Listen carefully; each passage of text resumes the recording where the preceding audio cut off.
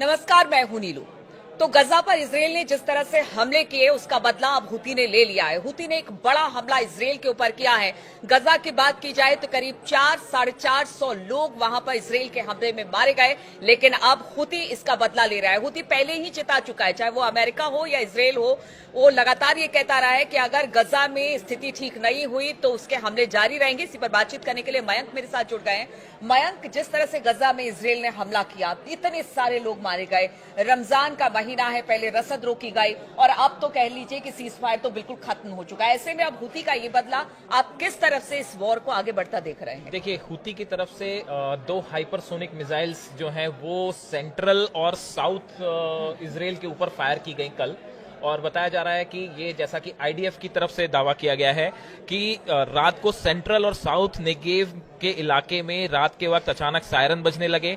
लोग जो हैं वो बंकर्स में चले गए। पूरे साउथ इसराइल में कल पैनिक का माहौल था। अच्छा। और हमले का जैसे ही ये हाइपरसोनिक मिसाइल्स फायर की गई, इसके बाद जो है अलार्म सिस्टम अलर्ट हो गया और उसके बाद एक बार फिर पूरे इसराइल में खल खौफ का माहौल था। और कहां मिसाइल गिरेगी, किसके ऊपर गिरेगी, किसी को कोई अंदाज नहीं था। हालांकि आईडीएफ की तरफ से ये दावा किया गया है कि दोनों मिसाइल को जो एरो डिफेंस सिस्टम है उसने नाकाम किया, लेकिन हुतियों का दावा है कि मिसाइल जो है वो सही ठिकाने पे गिरी हैं। देखिए, असल में ये जो दोनों मिसाइल्स फायर की गई, ये नेवेतिम जो एयरपोर्ट है, एयर बेस है, उसको टारगेट करके ये दोनों हाइपरसोनिक मिसाइल्स जो हैं वो फायर की गई थी। ज्यादा से ज्यादा डैमेज, जी, ज्यादा से ज्यादा डैमेज। और निशाने पर आम आदमी नहीं था, निशाने पर इसराइल की एयरफोर्स और आर्मी है। ये बार बार कोशिश की जाती है कि निशाना जो बनाने की कोशिश होती है वो इसराइल के आम आदमियों को नहीं होती, ऐसा हुती और हमास कहते हैं। हमारा टारगेट जो है वो इसराइल की आर्मी है और एयरफोर्स है, उसको लेके ये हमले किए गए थे। दूसरी तरफ अब इसराइल का कहना ऐसा है कि हमले हमने नाकाम कर दिए हैं, लेकिन हुती और हमास दोनों की तरफ से ये बात साफ कर दी गई है कि जो अटैक गजा में इसराइल ने किया है इसका बड़ा बदला लिया जाएगा और आने वाले कुछ दिनों में इसराइल पर इससे भी बड़े हमले के लिए इसराइल को तैयार रहना चाहिए। और देखिए, ये एक हमने पहले भी कई बार देखा है कि इसराइल का जो डिफेंस सिस्टम्स हैं, वो चाहे आयरन डोम हो, चाहे एरो हो, ये सब सिस्टम्स पहले भी फेल हो चुके हैं कई बार। तो ऐसे हालात में पूरे इसराइल में एक पैनिक का माहौल था। रात के वक्त अचानक सायरन बजने लगते हैं कि भाई मिसाइल अटैक है, मिसाइल कहां पे गिरेगी, क्या बड़ा नुकसान तो नहीं हो सकता। लेकिन उसके बाद देखिए, अब जैसे जैसे हालात, जो आपने कहा कि अब इसमें आगे क्या, देखिए हुतियों की तरफ से तो पहले ये कह दिया गया था कि भाई अगर किसी भी तरह का आप हमला करेंगे तो हम जवाब देंगे।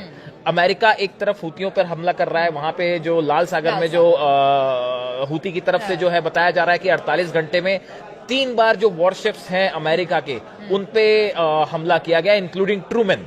तो देखिए, ये बड़ा अटैक है जो हुतियों की तरफ से जो है किया गया। उसके बाद अमेरिका उसे काउंटर कर रहा है, लेकिन जिस तरह से एक बार फिर हालात आप देखिए कुछ फिर से वैसे ही होते जा रहे हैं जैसे 17 महीने पहले थे। जैसे देखिए, हुती अब गजा पर हुए हमले का बदला ले रहा है, लेकिन हमास भी चुप नहीं बैठेगा। इधर अगर ईरान की बात की जाए तो ईरान भी कहा यह जा रहा है कि वो भी हो सकता है कि अगर ये हमले तेज होते हैं इसराइल की तरफ से या अमेरिका इसमें इन्वॉल्व होता है तो फिर इसमें दखल ईरान का भी हो बिल्कुल सकता 100% होगा। देखिए, ये जो हमला इसराइल ने किया, सीज फायर तोड़ा, देखिए इसकी तैयारी पता चल रहा है कि 1 महीने पहले कर ली गई थी। अब आप देखिए ये कितना एक प्रकार का वो है कि एक तरफ तो नेतन्याहू और इसराइल जो है सीज फायर चल रहा है और आप अंदर ही अंदर एक बड़ी प्लानिंग कर रहे थे बड़े हमले की। ये बात अब साफ हो गई है। सोशल मीडिया में इंटरनेशनल एक्सपर्ट कह रहे हैं कि डबल स्टैंडर्ड जो था एक प्रकार का, कि आप ऊपर से तो सीज फायर दिखा रहे हैं, आप ये चाह रहे थे शायद कि बंधक पूरे रिहा हो जाएं, लेकिन अंदर ही अंदर जो है ये बड़े हमले की तैयारी 1 महीने पहले से इसराइल कर रहा था, जिसकी आशंका पहले से हमास को भी थी, जिसकी आशंका हुतियों को भी थी और जिसकी आशंका जो है ईरान को भी थी। ईरान भी इस बात के लिए तैयार था कि आज नहीं तो कल ये सीज फायर खत्म होना है। अब देखिए, इन हालात में कई चीजें हैं। पहली बात तो बंधकों का क्या होगा। हमास ने साफ किया अगर इस तरह के हमले जारी रहे तो बंधकों की जान को खतरा है। बात नंबर 2 ये है कि इसराइल को लेकर एक बार फिर से वही सिचुएशन दिखाई दे रही है कि एक तरफ हुती, हमास जो है इस्लामिक जिहाद जो ऑर्गेनाइजेशंस हैं वो एक बार फिर एकजुट हो रहे हैं। तो ऐसे में किसी भी दिन जो है आप देखिए कि अभी पिछले इसराइल में कई छोटे छोटे हमले हुए और नागरिकों, जो फिलिस्तीन से जुड़े नागरिक हैं, उन्होंने अंदर घुस के हमले किए हैं। तो ऐसा नहीं है कि इसराइल भी पूरी तरह सुरक्षित है। इसको लेके इसराइल की सुरक्षा नेतन्याहू सरकार के लिए एक बड़ी चुनौती है और आने वाले दिनों में इसराइल पर हम देख सकते हैं कि कोई बड़ा हमला हो सकता है। बिल्कुल, तो इसराइल पर बड़ा हमला हो सकता है। हालांकि अमेरिका ये कह रही है कि वो अगर इसराइल पर कोई बड़ा हमला होता है तो वो इसराइल के साथ खड़ी है।